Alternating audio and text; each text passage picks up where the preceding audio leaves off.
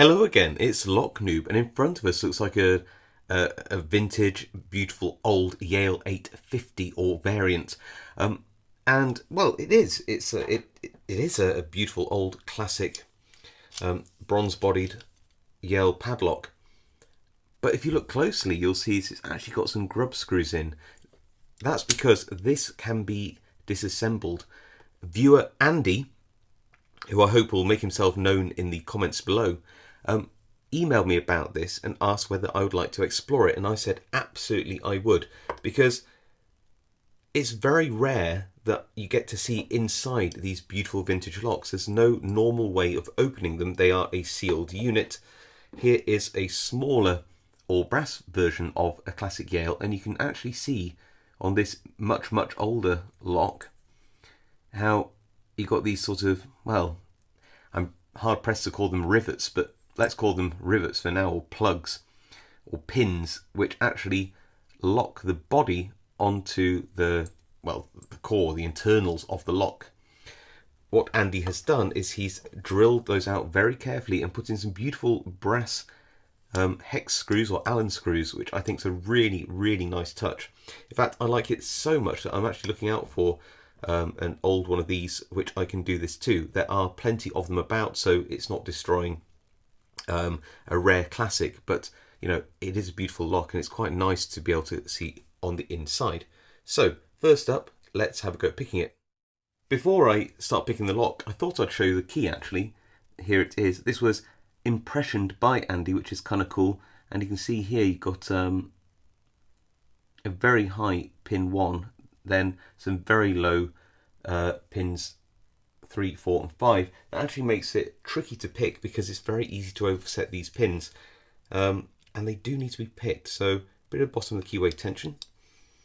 Let's get in here, have a feel about. That's pin 3. There we go, pin 3, nice click. Pin 2, nice click.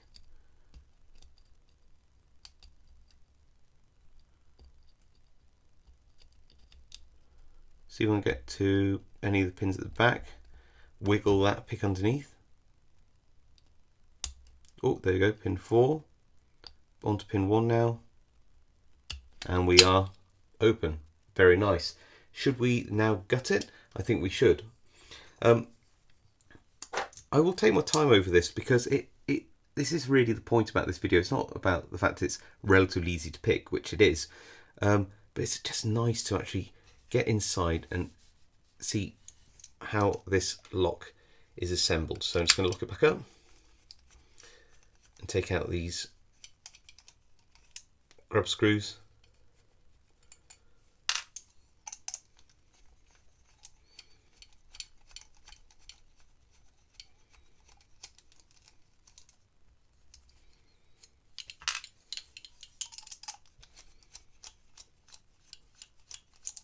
Which are thankfully quite easy to do.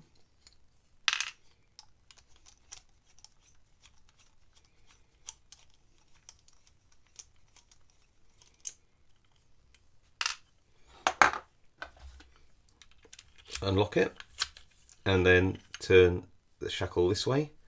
Then we're going to wiggle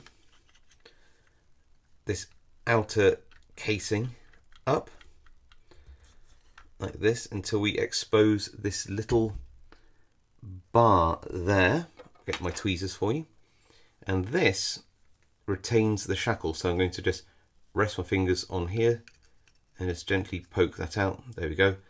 And that is what holds in the shackle, little bent piece of steel.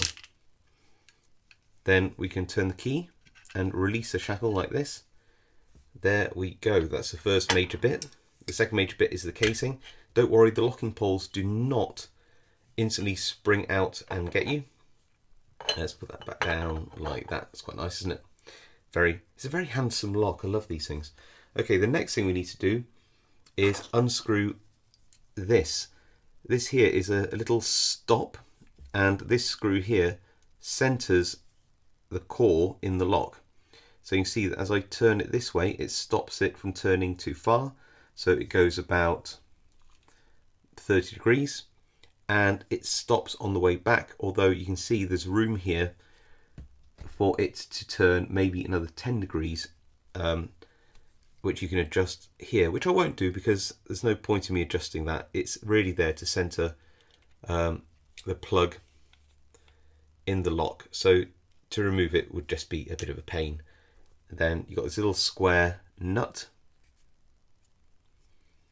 which comes off as well, so there we are. Now if I turn it this way now, which I wouldn't be able to do if that little square nut was still in place, you can see the key pins, and the Bible of this lock is here. If I turn it upside down though, you'll see that it was probably drilled through this cast piece of bronze all the way through to here, because you can't see anything on this side. There's no brass plugs that I can see on the other side of the lock, so it's probably drilled through. And if you look here, there's a little sheath which has been pushed in where the shackle spring is, and that has effectively blocked all of these drill holes off as well. You can see that this little shaft goes all the way through from top to almost the bottom. Kind of cool to just see that. Okay, how do we then get this out? Well, what we need to do is gently just gently push this plug out a little bit, and you'll see that those pawls released a tiny bit. There you go. And you'll see that the plug is just poking out there. You don't do much more than that, because all you need to do is just twist out one of these. There we go, just gently. There we go. And we've got the pawl on one side of the spring, and we can just gently remove the other one. And we've got a retaining pin then in there as well on either side. Let's get one of those pins and poke it back through.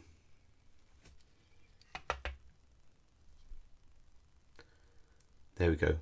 And that just stops the whole thing compressing too far. So put those there. I look forward to reassembling this later.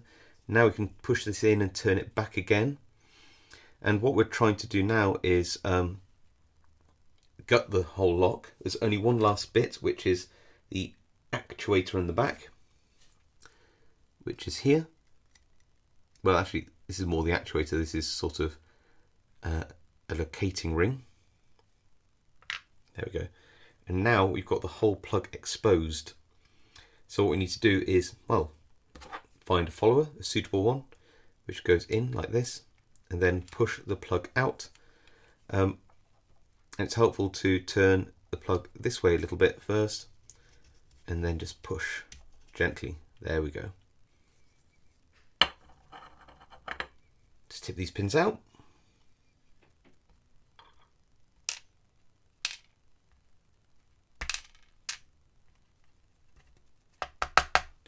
Last one is, oh, almost there. 1,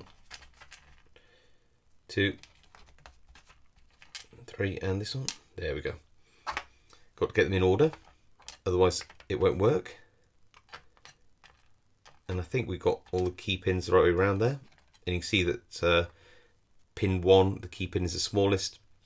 And this lock actually has balanced stacks. There is the plug. Nothing special about that. Well, it is special, but there's nothing particularly remarkable about it. Maybe that's a better way of putting it. Now, if I gently gut this, bear in mind that the pins are here.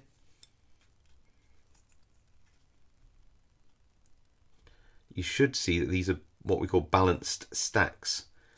So you don't overcompress the springs. Each of these stacks will be relatively balanced. Where there's a long pin, there'll be a short pin. Where there's a short pin, there'll be a long pin.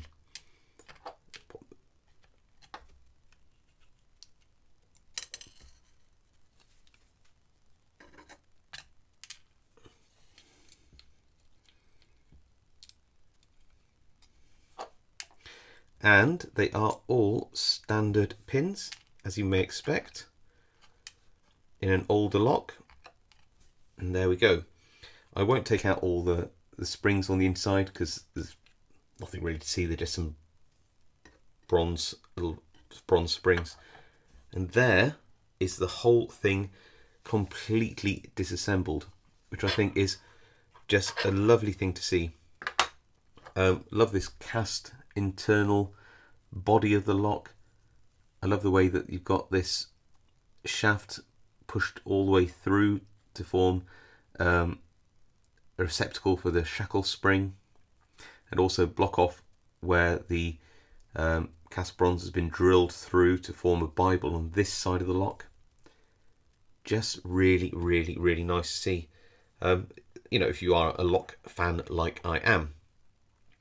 The only other thing I want to show you about this is on the pins here. Can you see that there is a little nodule at the end? Just right. Oh, get to focus for you. Right at the tip. I think that is where these have been milled from a brass wire, and that's just a sort of a leftover centre bit as it snapped off when it was made.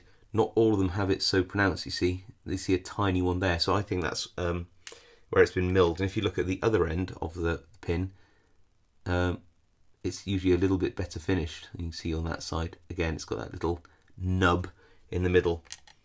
So there you go. I hope you found that really interesting. Thank you so much, Andy, for sending me this. It's a really fantastic lock, and I'll be really sad to see it go back to you, but go back to you it will go. If you like this, please let Andy and I know in the comments, and I'll see you all next time.